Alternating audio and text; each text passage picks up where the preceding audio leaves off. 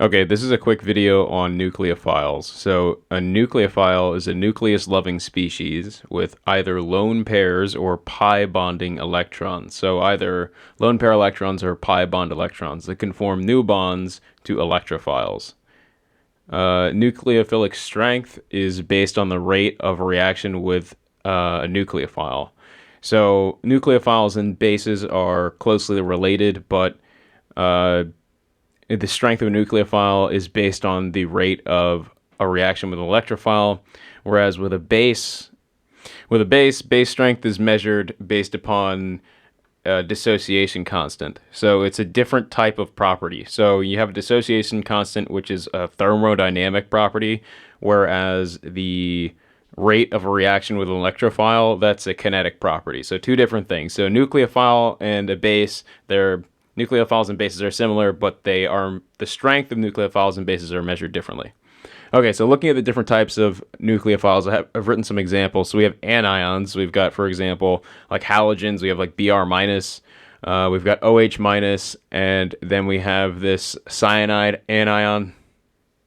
Okay, so they have reactive electrons, and they can act as nucleophiles. And then we have these pi bonding electron examples. So we've got this ethylene, and it has a pi bond, and then we also have we've got this acetylene, which has two pi bonds. So this could potentially react twice through electrons in pi bonding orbitals. And then we have benzene, which has three pi bonds. It's got three double bonds. And if you look at acetylene, it has a triple bond, which has two pi bonds. And then we also have atoms with lone pairs, and these lone pairs of electrons are also reactive. So we've got water, ammonia, and then we have acetone. And connecting this concept of type of molecule, type of chemical species that is reactive towards electrophiles, we think of it's easy to think of reactivity in terms of the lowest unoccupied molecular orbital and the highest occupied molecular orbital. And I've drawn a diagram here. I talk about this in like every video so far. So if you watch the other ones, it shouldn't be new to you. We start at the bottom in terms of energy with the sigma bonding molecular orbital, and that's the lowest filled orbital. And then you move up in energy to a pi bonding molecular orbital that's filled, and then a lone pair electrons, and then after that, you go to the unoccupied molecular orbitals. This is just in terms of relative energy. You have an empty p orbital, which is something you might find in a carbocation.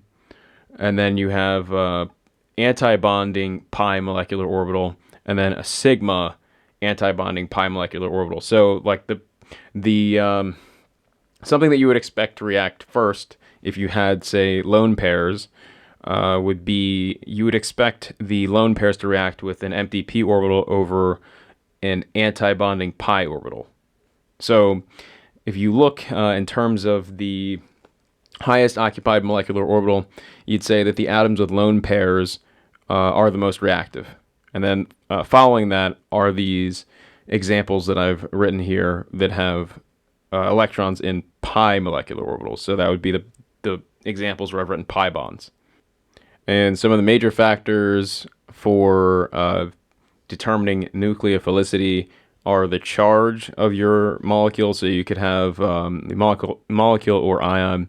You have that nucleophilicity increases with increasing electron density, or you can say negative charge. And then electronegativity. So the nucleophilicity decreases with increasing electronegativity.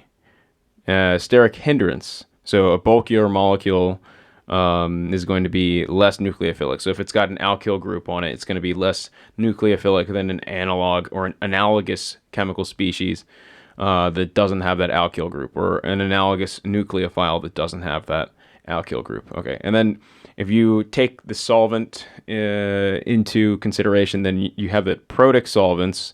They can hinder the nucleophilicity of a nucleophile by protonating the nucleophile or through hydrogen bonding. Okay, because remember we went back to charge and we said if it's got more negative charge, then it's going to be more nucleophilic because it's going to have more electron density. But if the solvent is protonating the nucleophile, you're going to decrease the nucleophilicity.